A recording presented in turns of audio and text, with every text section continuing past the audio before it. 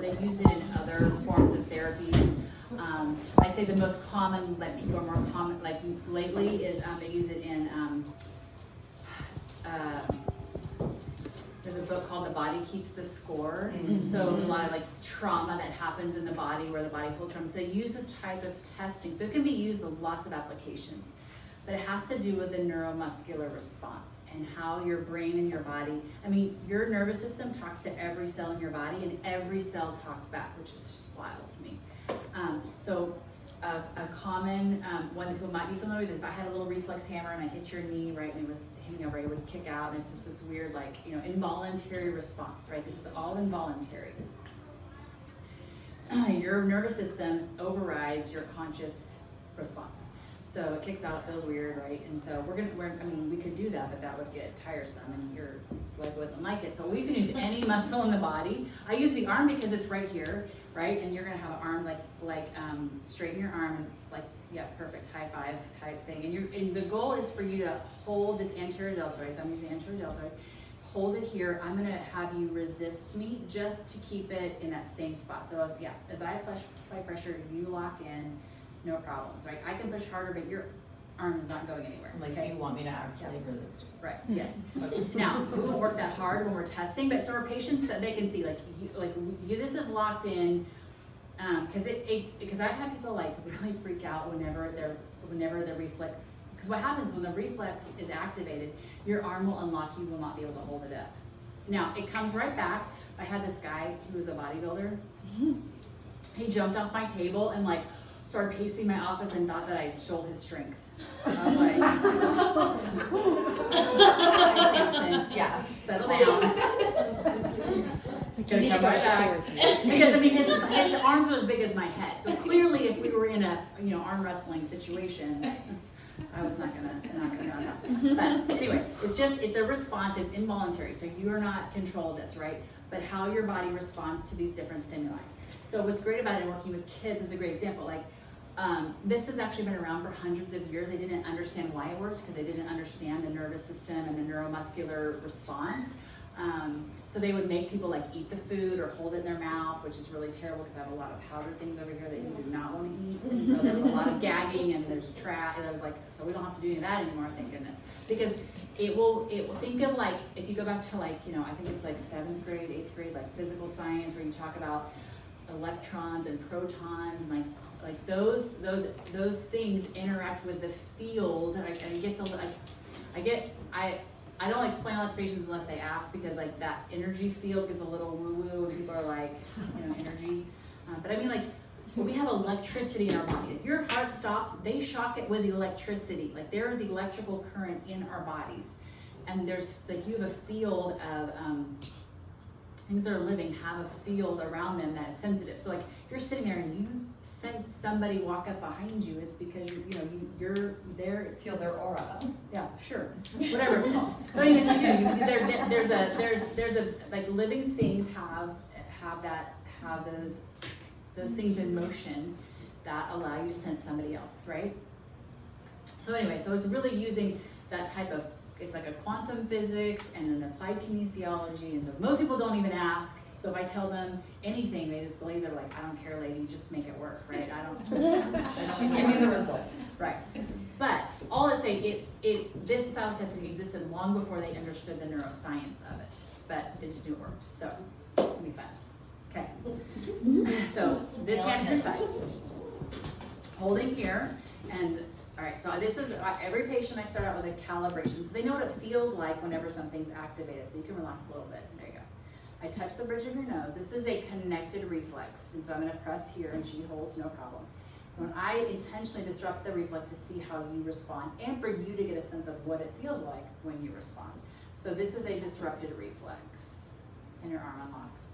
So as we get data, as we go through the process, we're going to get this data.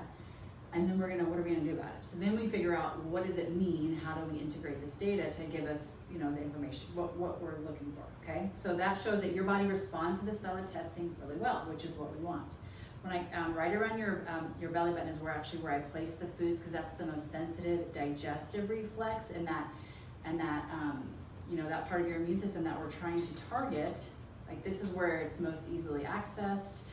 So this is where I'll place the foods when we get there. But when I cover it, it disrupts the reflex, so it tells me also her immune system responding like I want. Now, coming into pinky and thumb tips together. This tests, is there anything that is in the way of the immune system self-healing? So this would be external things. So this would be where parasites come in. People ask about parasites. Is there anything disrupting the immune system so much so that it won't be able to heal itself? So some people are very sick, or they've had a lot of chemicals, like things they've been exposed to. I have like in those 2 little kit boxes there, those are all like toxic things that maybe they're in their groundwater, in their cosmetics, and like there's a lot of stuff, there's a lot of garbage in things like that, a lot of chemical, right? Or people don't even know that it's coming in through their skin or in their, so different ways. So those allows me to see, is there anything in the way of the immune system? And there is not.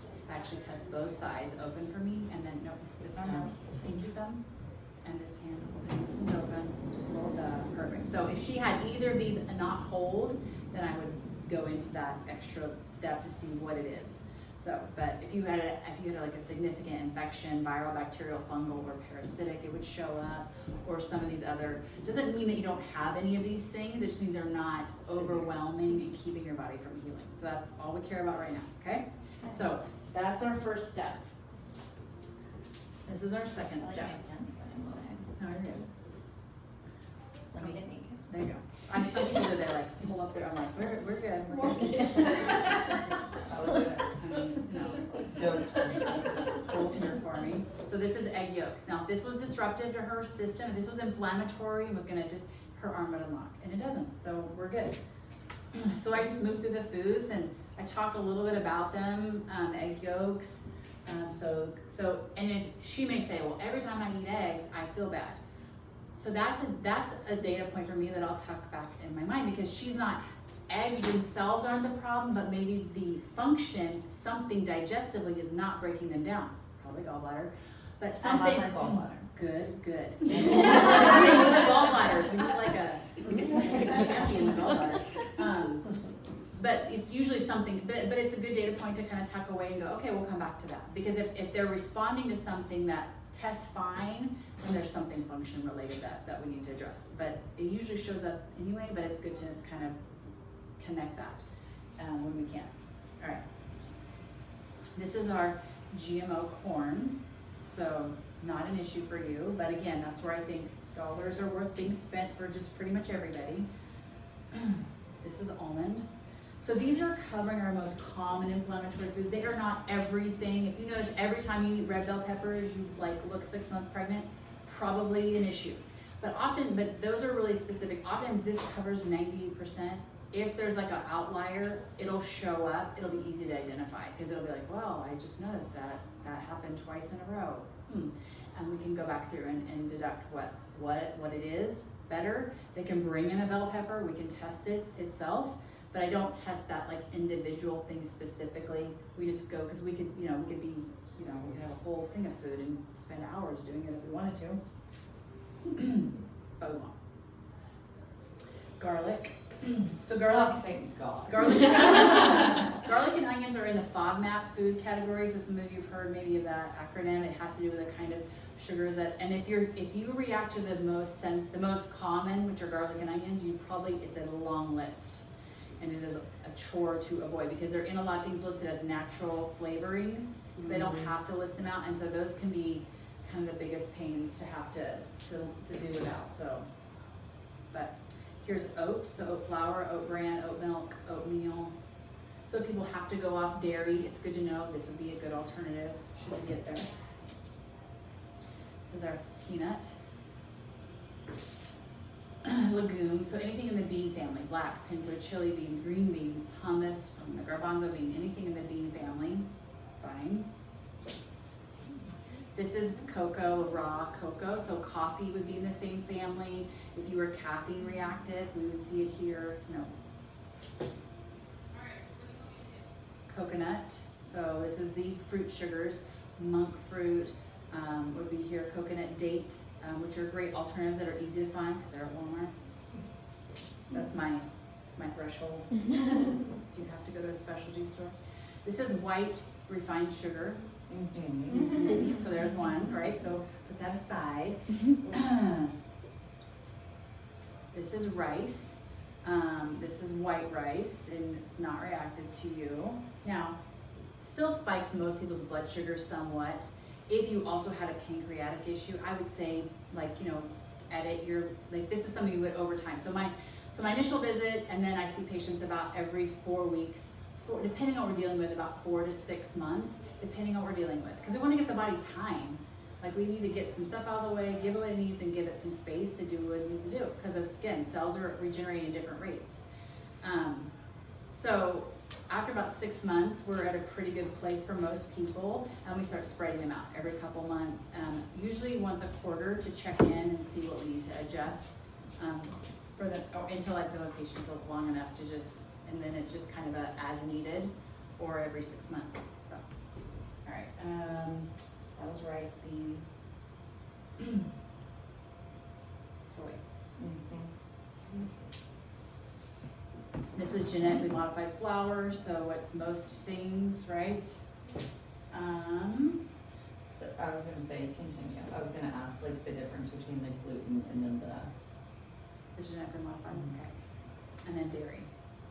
So, Oh three. no! So let's see. So this is when I grieve together. This is when I pull off the different variations of the, so these are in a homeopathic prep. So this is where I do something more specific, right? So with a patient, something like this, right? So this is the milk and milk sugars. Now I know lactose is like the most common, and you get lactose-free milk. Still has milk sugars in it, so then avoid it. So, Was it red? but a lot too. So like that's gonna be, you know, everything. So you're gonna use either oat or almond, not soy. You know, something else as another alternative. So this is the way. So you are fine on aged cheeses. Now, again, I'm not a cheese maker, right. but somewhere on the spectrum of cheese is a tipping point for you where it's not going to have the effect. I don't know where that is, but most people, you can for a sec, most people it's in the cheddars, so mild is softer. So think of like, is it bend or does it break? Right. Yeah. This is my, you know, real high level stuff here, bend or break. Like, is it pliable cheese because it has more liquid in it, Right. or is it crumbly? Like the Right. more crumbly, the better. So like an aged cheddar, Right. or Parmesan, those are going to be much better for you, and you will not be reactive. Right. So No queso. yeah, no queso, unless you make it with other things, which is possible. I know I have a patient who like can make it I feel like putting heavy cream in my coffee is not really ideal. correct. It's not ideal. Correct. Okay. So yeah, so it's kind of working against you. Is probably why you have pain a lot. So this is real butter, so you're fine. Oh, blessing. Thank goodness. Okay. And then because you had sugar, so this is natural sugar. So this is the honey, agave, maple syrup, right? Which is confirming that those are all good. Fruit sugars are, we tested coconut, but this is like, would be the date, monk fruit. Careful with monk fruit though. They've been adding a lot of erythritol to the packaged ones that I've seen. And that is not, causes a lot, even if you're not reactive to it, it causes gas and bloating in most people. Erythritol is not good. And then this is artificial sweeteners. So, another reason not to have erythritol. Now, this is stevia. So some people like this would, if you're gonna use something that's 0 calories, use stevia, but I think it tastes, personally, I'm not a fan. I think it doesn't have the same flavor. But it's, you know, I think you get to know. So do what you will. They have all kinds of options, but just check that it's just stevia and not blends. I find that a lot more in products these days. I mean, these food manufacturers are getting very creative in how they produce food. So what I would do is I would just, okay, these are our foods, right? And so that's part one of what I would test in office. Now, part two is, okay, function. So we know that there's some things in the way. Okay, is there any, because of that high inflammation in the body, what is that disrupting function-wise, okay? So, and so I just go through my protocol. I just go through organs, blend system, I'll go through them kind of quick. So holding here, I may ask a couple questions along the way. So frontal lobe is focus. Sometimes if people have had trauma, it'll show up here. So sometimes emotional things will come up too. And so whatever I find, I may ask about, and we may have a moment, and or people will just, you never know. I don't know. I'm sure you guys have stuff too. You ask somebody something and they start crying on your table. You're like, oh, just go with it. I don't know. Different lobes of the brain. So this would sugar handling is often back here, which you've got a little sugar, but you have milk sugars, refined sugar, artificial sweetener. Your body doesn't like you have trouble with it. So is it the gland itself, or is it because of the food, or we won't know yet until we start to see how the healing takes place, but it's not good. Do you have any family history of sugar issues, diabetes? Like type 2? Yeah. So this is, cerebellum is like usually sleep centers. It's a little bit here. But do you get woken up by any of your kids? All the time. So disrupted sleep, right? And like literally, like if people would, I know it's not popular. My kids would leave me alone. Yeah, there you go. I know it's not popular to tell people that they need, like adults still need like 8 hours of sleep. I know it's not a popular thing, but it's true. Right? We're even 7 than that. And and kids still need, depending on their age, 10 to 12. I know it's not common, but it's true. So sinuses, pineal, hypothalamus, pituitary. So I'm looking at some of the endocrine glands and how they're maybe not talking to one another. This is your master hormone point. This is hydration. This is maxillary sinus, tonsils, your thyroid. So your thyroid is not the problem, which is, true to the tests that you have ran, not the problem. Okay, good to know. Lungs. This is your heart, circulation, your valves, bronchial, or thymus gland and bronchioles. So heart, lungs, really good, which is great, I don't have that issue. This is your spleen, so patients that are anemic or have, whether it's from the lack of iron or the lack of binding from the spleen, that's where they get bound, or a lack of protein to bind. Like, just because we find that we don't honestly know the issue, we know that something's there. So then we figure out, well, how do you fix it? So that's what usually will tell us that other piece. This is your pancreas, stomach, gallbladder, liver, small intestines, all four. Just all my intestines. So digestively, not happy. Now, what do you do with that? You're like, okay, well, it's all a mess. What do I do, right? That feels overwhelming. So we'll prioritize things you struggle with. Well, that's the start, but to start to heal, how do we come alongside to heal? But we'll get there. Ovary, uterus, bladder, that's good. It's the little things. Kidney, adrenal. Okay, so we found quite a few things, right? So let's go back here. I'm gonna have you hold this like you're gonna flick me, but don't. There you go.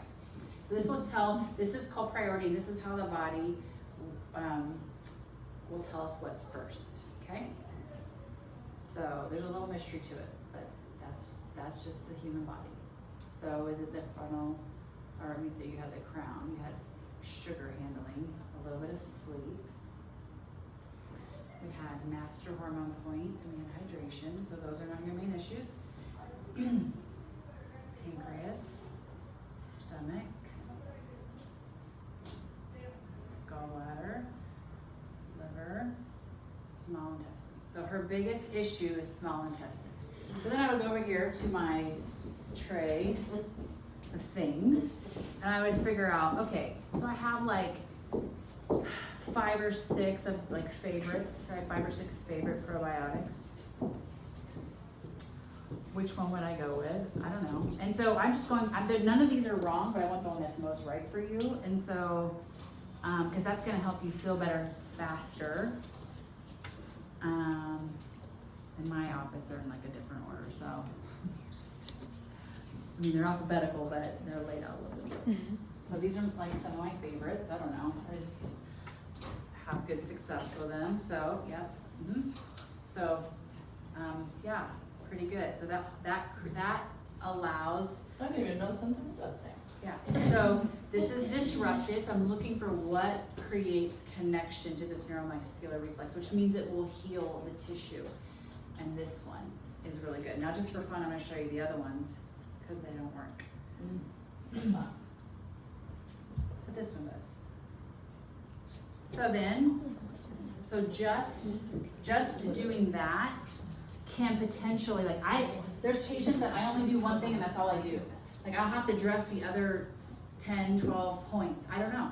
So just doing, this is a probiotic, so gut biome, so getting these things out of the way, which we'll write down. And usually I send a patient with like, I'll send an email with like more like, I give them like a snapshot in office, but then I send an email with like more detail, and then they can ask questions, because I don't want them to go a whole month before we have a conversation about it again. Like, oh, I didn't know, so I didn't do it.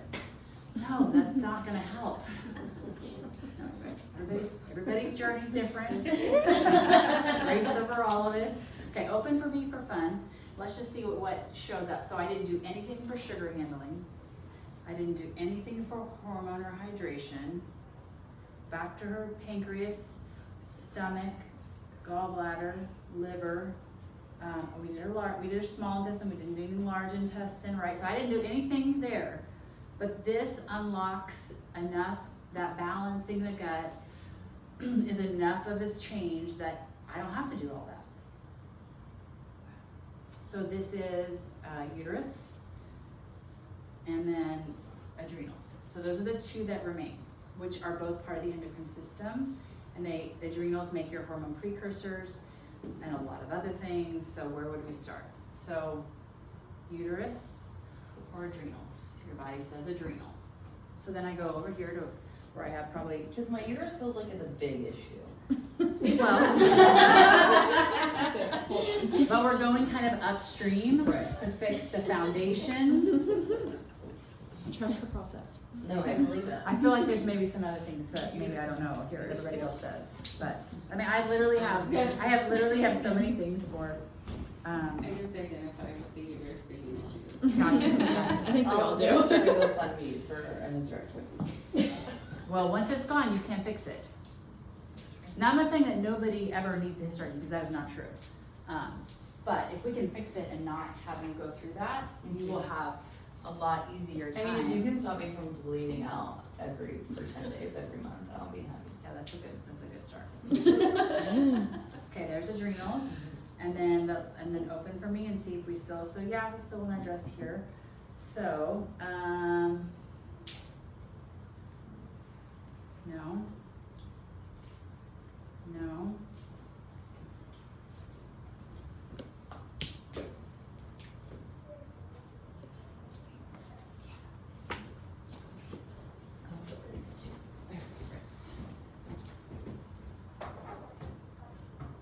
Chase tree, which is one of the best herbs for progesterone regulation, right? Production.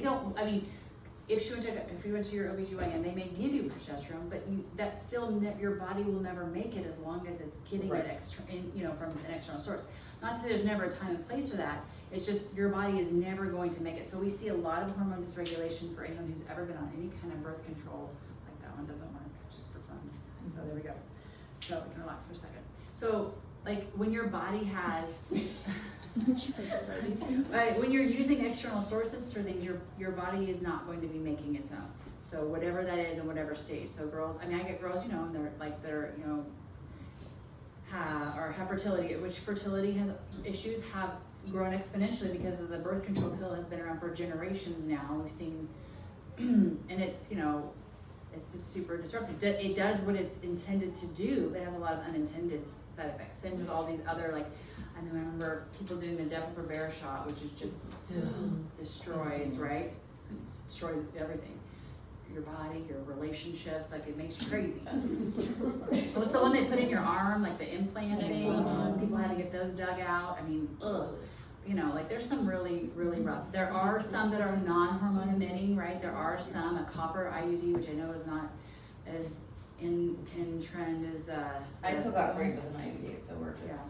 Yeah. My brother was born holding my arms. Oh, God. But That's good. So, but there are things that you can, but, you know, nowadays there's all the apps and there's all kinds of stuff, like, you know, to, whether you're planning or whichever you're planning for, right, there's options. But hormone regulation, patches, creams, like all that stuff is just, as long as you're using that, your body will never produce its own. And the thing with especially with hormone replacements, is that estrogen is a growth hormone. So many female cancers are linked to estrogen products. And so it's really, really important, because we already get a lot of soy, we already have a lot more than we know we do. And then you put people on some of these products and it's just feeds cancer, female cancers especially. And like that is not gonna change until we get until we get awareness on how these things are actually influencing our bodies. So there's my PSA. Okay, now your body is so smart, it'll tell us actually how many of each of these that you need. Is it okay with my leg? Yeah, yep. So here's our chase tree. So you would take just one of those. So 1, 2 is too many. Your adrenal support, you would do 1, 2, 3, 4 is too many. So you cycle through. I would write this out for people, or I'll write it out for you, but I don't have these with me. Prosymbiotic is the probiotic that she needs. She would do 3. Because 4 is too many. And so this is what we would do. I'd write out the protocol, and this is what a patient would do until I see them again in a month, typically. If I have really, really sick patients, I may see them in 2 weeks because I don't want to go that long. If we need to adjust anything, I want to do it sooner and get them where they need to be. But most people start to feel significantly better just getting the foods out first, and then adding the supplementation is simply to assist and direct the healing and repair. You have all your organs and glands. You should not be on these same things in 2-3 months at all. Like our goal is to get people to a foundational custom multivitamin. Like people are like, what about my multivitamin? This is what your body needs. This is customized to you, what your body needs. But marketing and Centrum make people think they have to take something every single day, right? And I applaud their effort because they're spending money and their resource to take things, but it's not. They're synthetic, and so they're not actually doing what they think they're doing. So people spend a lot of some people come in with not kidding, troughs of things that they have bought, and they're like, this is what I do. I'm like, okay, well, we're not going to do any of that because I don't even know what that is. I haven't.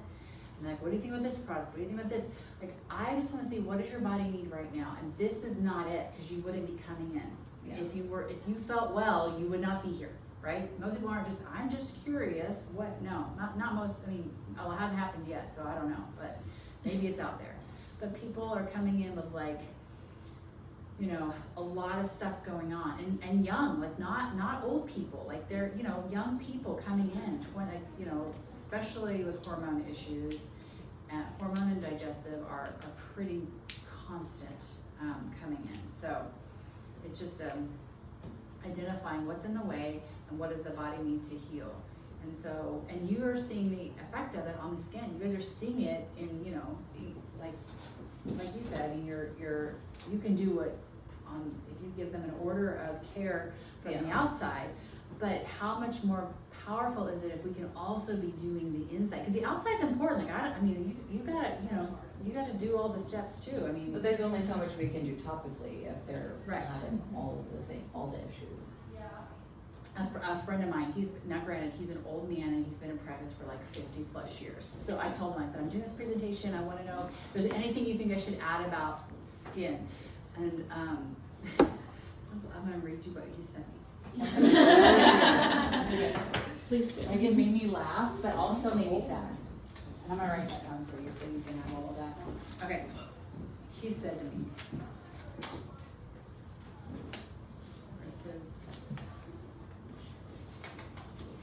I was like, he has a strong opinion on this.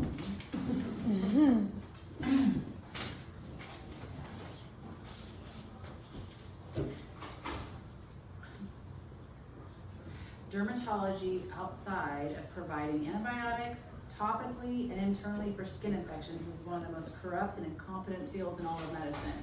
I mean, I don't I mean, he could say it louder. I was like, okay. He said, outside of our teaching and seminars, I really don't know. Okay, so there's no like, yeah. We taught acid mantle of the skin 25 years before dermatology even accepted. When we would suggest applying diluted apple cider vinegar to the skin, dermatologists wanted to have us arrested. Now they suggested like it was their idea. Okay. I did have some other helpful things.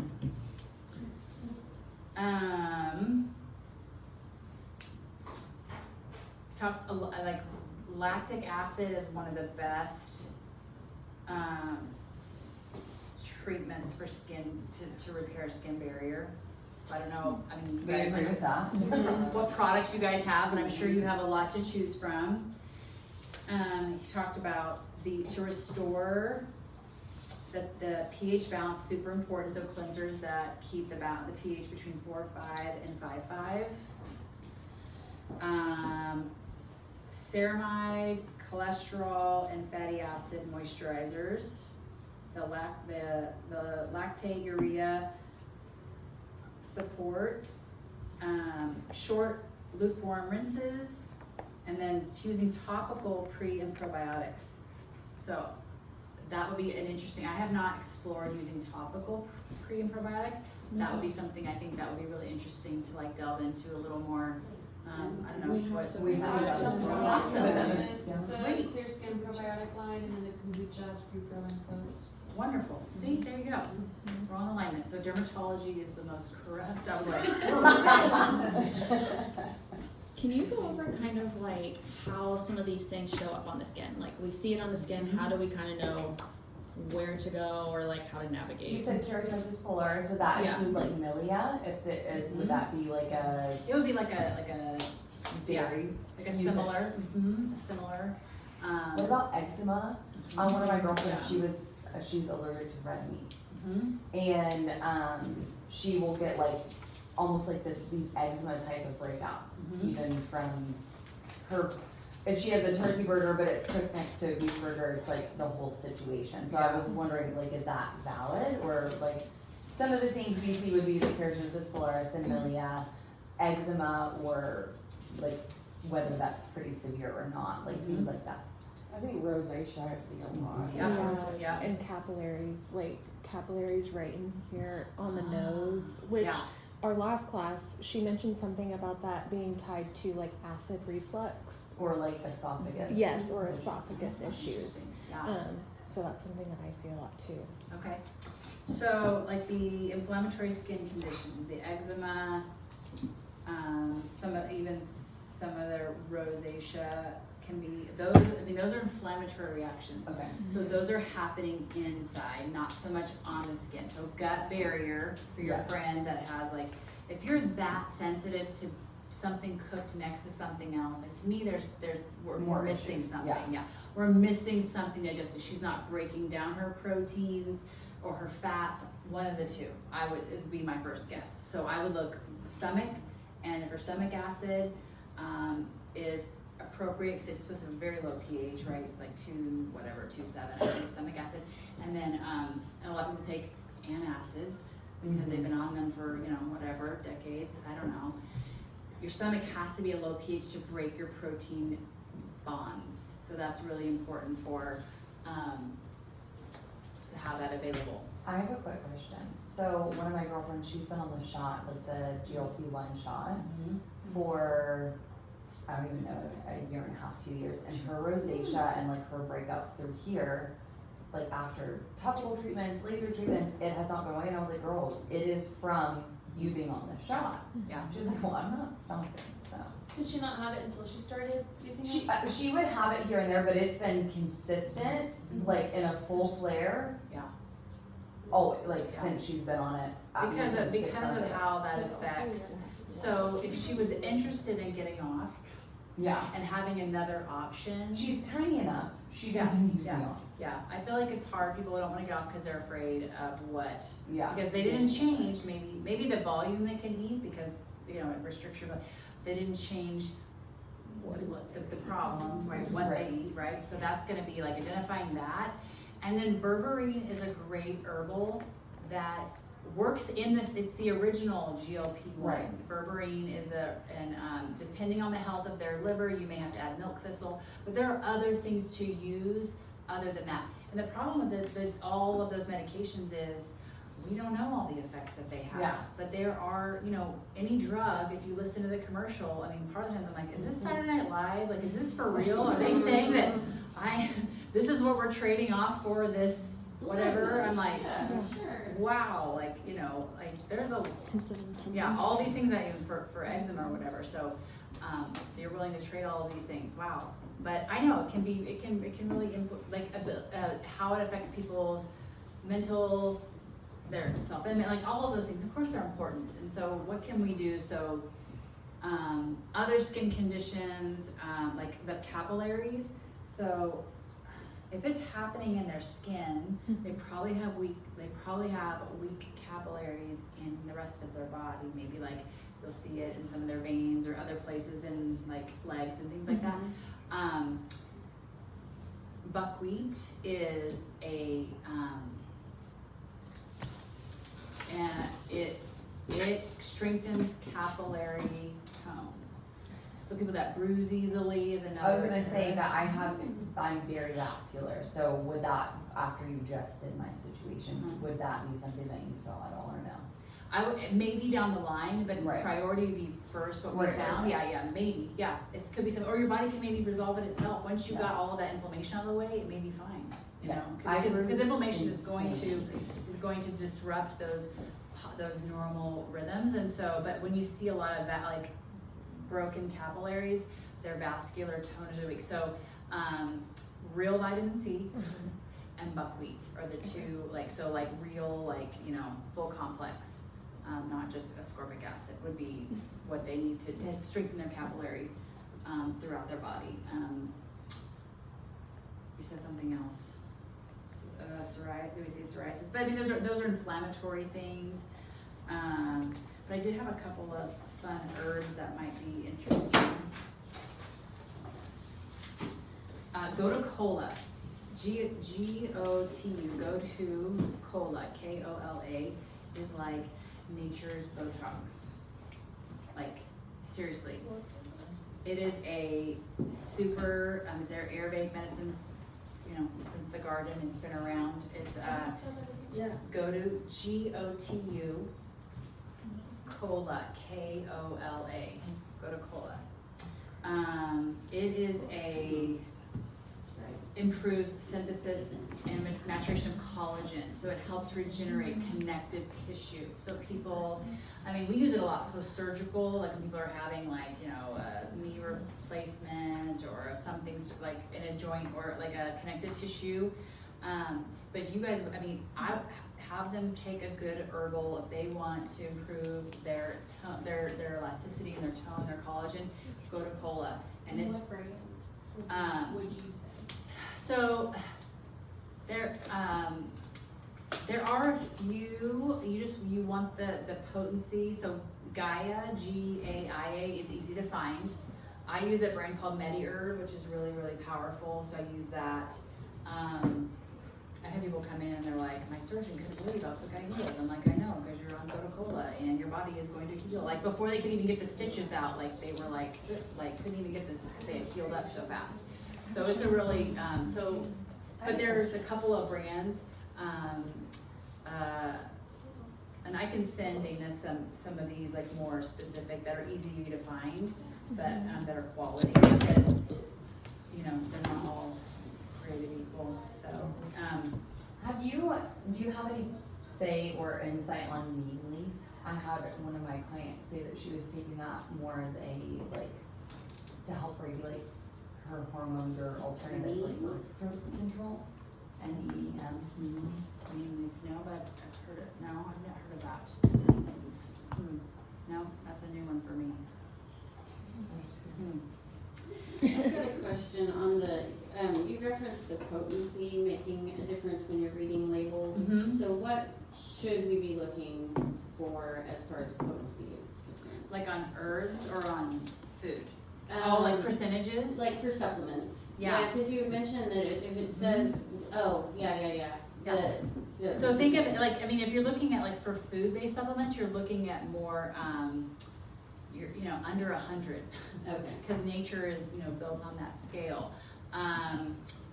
Or reasonably over 100. It's kind of just but look at their ingredients. Like I should have brought some. But like standard process, when you look at their label, like it has a list of food. Carrots, buckwheat, like it doesn't have as much as if you looked at a synthetic. Like it doesn't have it, like it looks different because it lists food. And some are like a fractionated, some are hybrids. You'll see like some synthetics, like vitamin E will be the alpha tocopherol, and then they'll also have like calendula. Okay, that's an herb, and I know that, but this is a fractionated thing. I mean, that's kind of an in between. Short term, those would be fine. Calendula is also topically really, really powerful for anti-inflammatory for like any of these.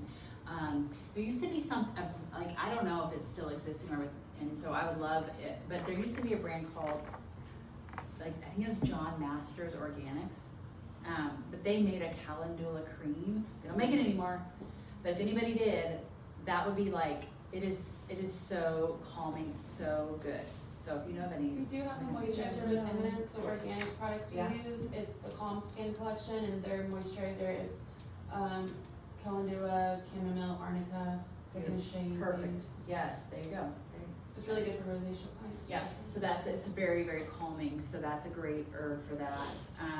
Do you guys do any like lymphatic type work? I don't know if you guys see like lymphatic, so important.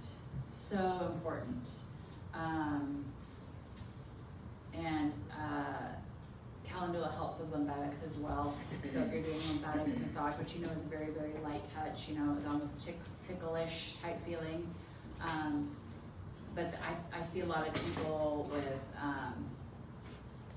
especially around their like congestion, lymphatic, because you have all the all the chains in the neck. I'll see it a lot in the jawline or affecting the TMJ or the ear. So that can really be showing stagnation and showing that things are not moving. What that's going to show you is that they're gonna they need to do some more lymphatic work. And have you do it, show them how, like some of those things are really important for moving that inflammation through.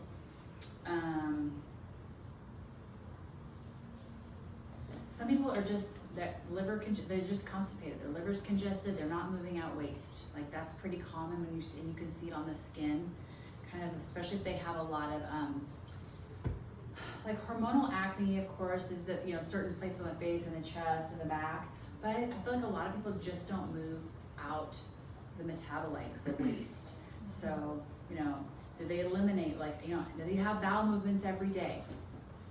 If they don't, there's a problem, right? So, a couple are like yellow dock, Oregon grape are both like gentle, non-habit forming, herbal. They support the laxative action of bile movement. Right, because bile, which, gallbladder, back to that, we don't have one, really hard for your body to move things through, so they may need aid in that. And so I'm not sure how involved some of your conversations get, probably. What was the name of that herb or whatever for the? Yellow dock and Oregon grape are two that are really good for that elimination.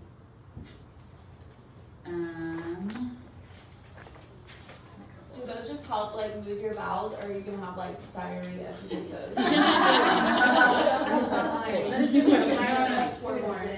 you're like, I gotta plan on this. No.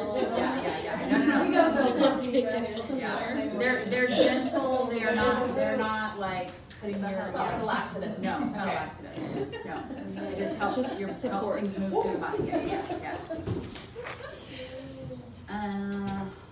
Amy, do you think we could do one more testing? Sure. That? Just So we can just see I'm two. really Let's do it.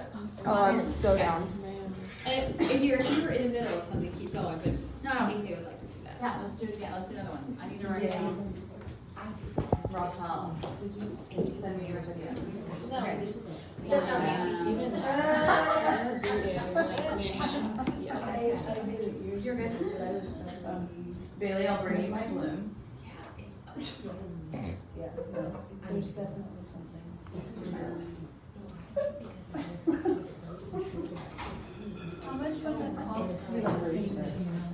So a regular patient visit is $125, and then follow-up visits are $50, and then whatever supplements you need. And they're really, I mean, herbals are obviously a little more pricey than the food-based, but it's kind of dependent on, like this, I would say this is supplements for a month would be like probably from this protocol that we did, is it Morgan? For Morgan are probably about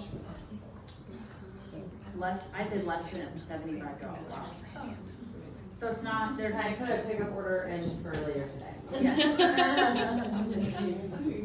I'm not kidding. What's the date, 27th? I don't even know. Yeah. I've never looked at it. So you said 125 for like the first initial visit, and It's then it's like 55 minutes, okay. and then follow-ups are like 25 minutes. Okay. So we have time to go through like how are things going, like we have time to interact with that, and then do we need to change the protocol, add to it, mod powers, but the foods don't change, like that's kind of the. Right. Yeah. Should be capital and capital. Oh, there you go. Yes.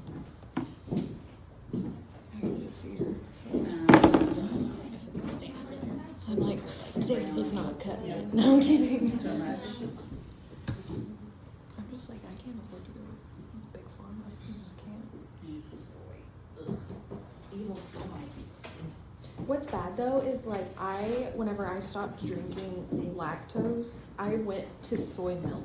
That's what I went to because I had no idea that was. And that's common, and then I see it a lot in kids because formulas are usually either milk-based, whey-based, or they're soy-based. And let me tell you. So many people use soy-based because they're afraid that their kids are gonna like have some problem with the whey. Right. Yeah.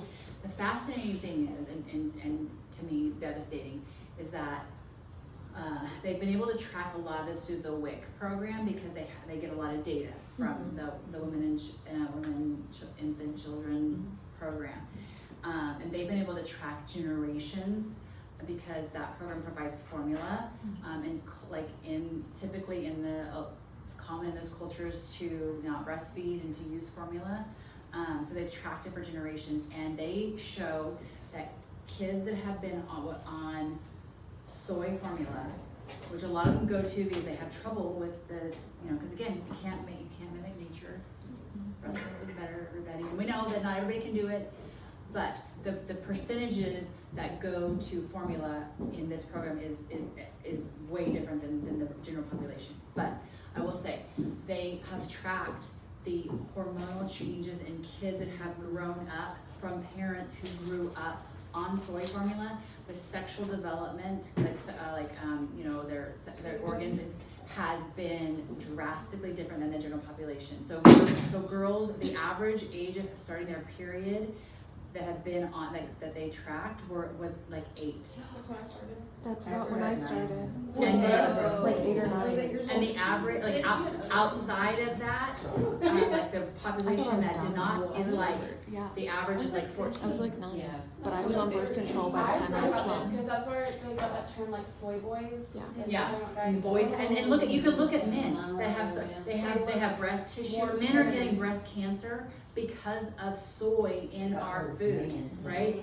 And like the I've dad. always wondered why Yeah. they get And so much of that is like, I mean, it's just, like it's breast because of soy in food. And like some of these girls like started their cycle as early as age 3. I'm like, what do you do with a 3-year-old having a period? I have no idea. That's terrifying. Yeah, it's terrifying. I think 8 is terrifying. Honestly, like I think it's you're not even having. I mean, I don't know. I Yeah, I think wasn't it was thinking these 13 or conversations when my daughter was 8. No, I was I would have been 9. a little And paranoid. then I was on birth control by the It was time I enough. was It was 12. enough to navigate anyway. But like all of that, like, and it's just because it's become so common, we think it's normal because but it's not. Like and how that plays into fertility down the road, like other things later on, all of that stuff. Like, but it's really wild how much soy has influenced hormonal dysregulation. I just don't understand. Soybean, I literally just don't real understand. quickly, I read somewhere about fermented soy being better or something like that. That was a while ago. So I don't know. Is it? It is because the GMO proteins type? are removed from fermented soy, so like things like soy sauce that have been fermented, I mean, in small amounts are typically okay, although I would say it's probably 25% of my soy patients still can't do soy, like the fermented soy. And I have a patient who came over from Malaysia and she's like, your soy is so different here. I'm like, I'm sure it is. And she's like, I can't, like, I don't even know, it's so different because it's not, but the US has influenced a lot of places negatively as well, like, fast food and things that have come into other countries like that didn't exist before, like that, no, it's all there. Okay, so just calibrating you, just to see your body's response. Perfect, pinky thumb, and hold. So she doesn't hold here, so that tells me something is in the way, so now we need to figure out what it is. Something. Are you on any antibiotic? Do you have a gallbladder? Yes, I do. Yeah, usually by now I've had like a little more like, data, but like, if you've had surgery, if you had any like things, but we're just going in blind. Okay. So I'm gonna have you hold this, kind of Simon says here. I'm looking for any of these things, pinky thumb. So I'm looking for things that resonate with what's in your body. So now it will show a connection and it'll lock if we find it or when we find it. So holding here for me. So it is not viral. It is not bacterial.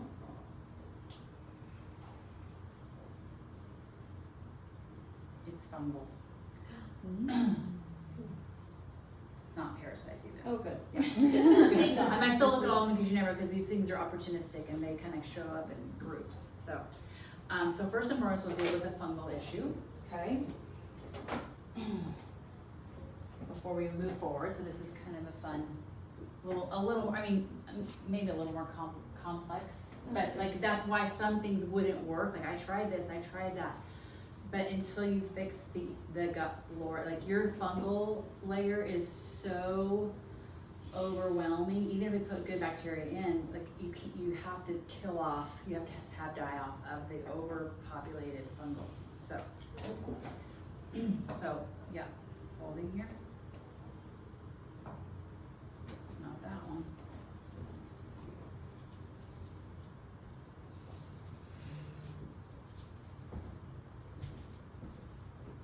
And here.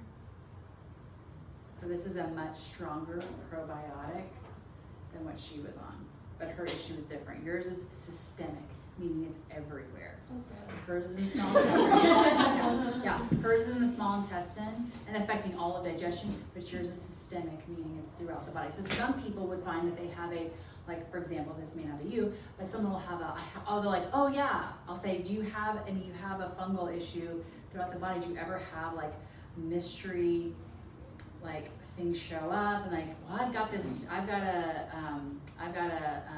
toenail, what are they called? Yeah, like toenail fungus or athlete's foot that shows up like periodically. Like that's because it's in the body, it's just gonna keep showing up places. So anyway, so holding here, so good. So now this holds, so now open, and I'll keep this here because this keeps that out of the way, pinky thumb. So just pull that and then resist me here. Perfect. So now if we found something else, we would go through it again. If she had, arsenic or something, then we'd have to extract that out wherever it was at. So but nothing, so we move on. Relax that. So now with foods. Holding here. So that's coconut sugar, so your body's fruit sugars are fine. But probably while we're trying to kill off the fungal, I would take you off most sugars and sweeteners because we don't want to give them any fuel to continue to grow. So for the next month, I would have you just draw back on all of those temporarily because it's a fungal issue is in the way. So holding here. So peanuts, legumes, so the bean family is fine. Oat, rice,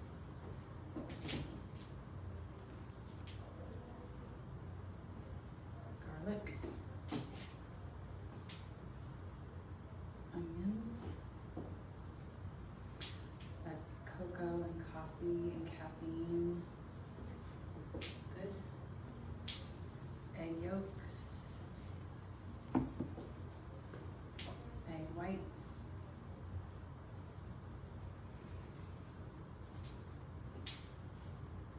GMO flour. Okay, so put that aside. We'll come back to that. Let's finish here. Almond. Oh, I think I started answering this question. Flour, your friend or your sister or somebody. Yeah, Yeah. she's doing all Yeah. gluten free. So, most people that I see that have a true gluten issue are typically like the ulcerative colitis, the Crohn's. Those people are the ones that typically have the true gluten issue. Hold here for me. So this is your GMO corn. So here's a couple GMOs. Dairy. Not the issue for you. Refined sugar. Oh, yep. Soy. And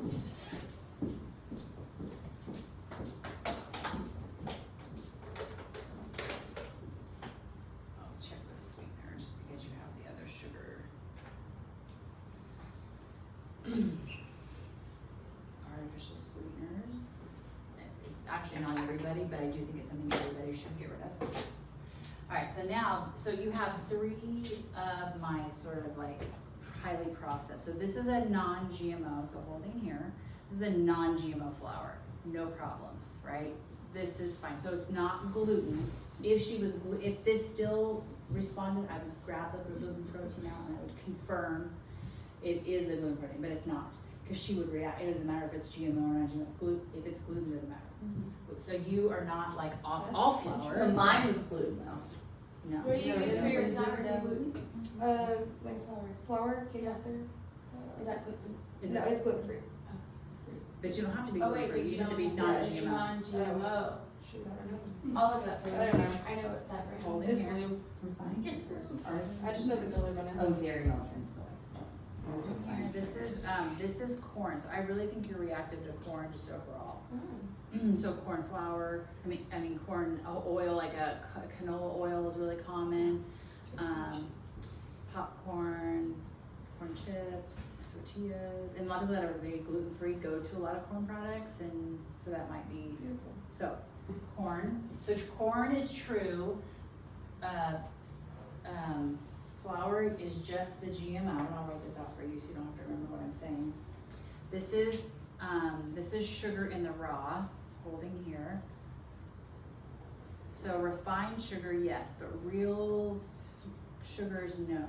But while we're getting this under control, I would say let's just stay off of that to get your body to calm, like get that, and to get those gut biome back in balance. So that would be first, and then the foods. I do have a question. Would Candida be considered fungal, or is that going to be more bacterial? It's fungal. Okay. Yeah, 'cause I know that yeah, that's it's the most common. Yeah. Yeah, it's the most common. So, and again, it's systemic often, so it's throughout the body. So the only way to get rid of it is to get rid of it internally, right? Because we'll see it show up on the outside, but the Feeds on problem, sugar. yeah, exactly. So getting off of all of that makes a big difference. So holding here for me. So now we're gonna go through the function side and you just do the same thing, resist me here. Good.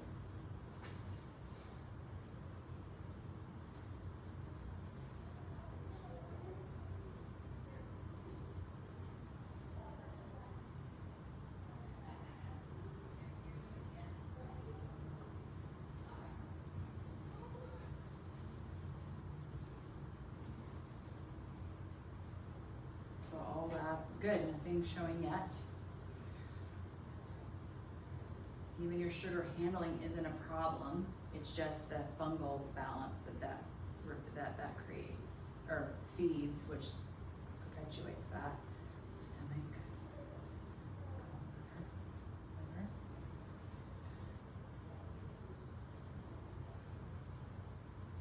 Ovaries, uterus, not bladder, not kidney, adrenal. Neoboni. each side, so I check kidney and adrenal. I have patients that have like kidney stones on one side, things like, obviously we want to check both sides. So, ovaries and adrenal, that's it, other than the fungal overgrowth. But figure out then what do we do? Now, as we follow this as a patient, we would start here, but as we excavate this, we may find underneath that there is something in the liver that we would need to address. It doesn't all show up necessarily at the beginning, but we can. That's why we do those monthly visits initially, just so that we can get through all the systems and make sure there's nothing hiding, and so it just kind of lets us discover anything else that's remains. So hold this like you're gonna flick me, but don't. Hold here. So it's not your ovary, uterus. So that's your primary. Let's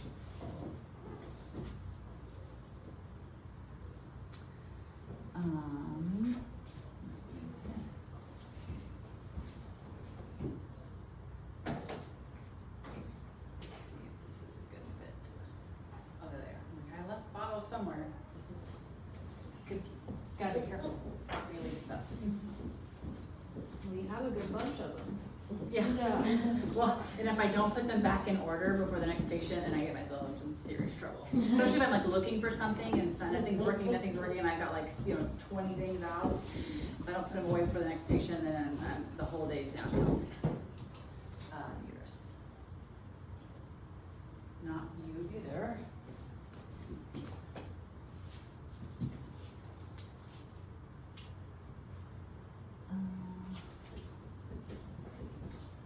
This just comes with knowing product, always learning product knowledge, like you are, like all the benefits, like the formulas have been around a long time. Like they're not coming out with new foods, occasionally a new formulation, but not very common.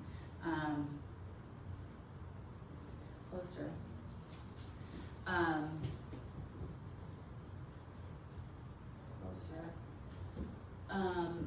But just learning, and the thing with food is there's just so much, we're always learning new things about how nature designed things to be and how they work. So here is, black currant seed oil. The black currant is really beautiful. It's an anti-inflammatory. It's like an essential fatty acid, but it's made from the black currant seed and not from a fish. And it really helps give the body raw materials to create the hormone balance on its own. So open here. So just for fun, let's see, do we do anything with the adrenals?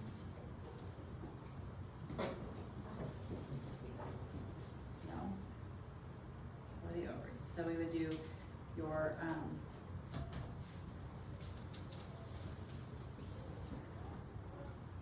gut flora.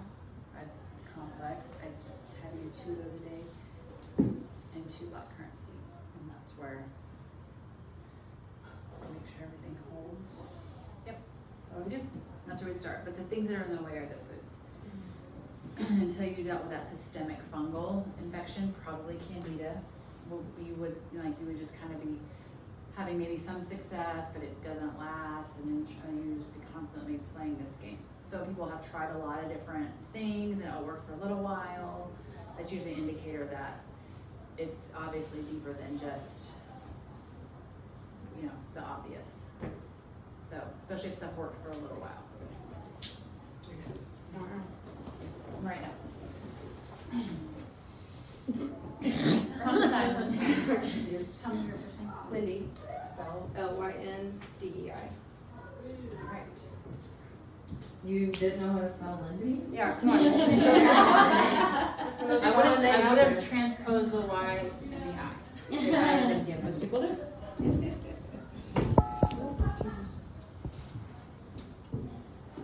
See, that's very interesting to me because I did a food sensitivity test last year, and egg whites, egg yolks, and wheat were like my top 3 to stay away from. But then, so yeah, well, I mean, there's different. So there's like, if you did you do a skin prick or blood? Blood. Yeah. So different. Your immune system is vast and it has a lot of different reactions. So there's IgG and IgE. There's all these different type of immunoglobulin responses. we've just found that when they're elevated, lots of things show up false positive.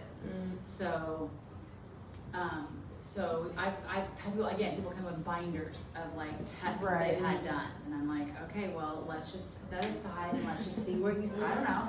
I mean, and so we go from there. Beautiful.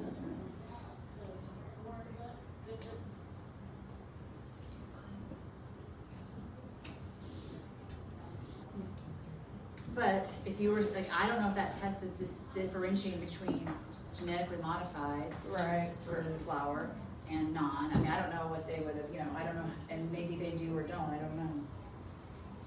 Soy, so corn, got those, flour, and then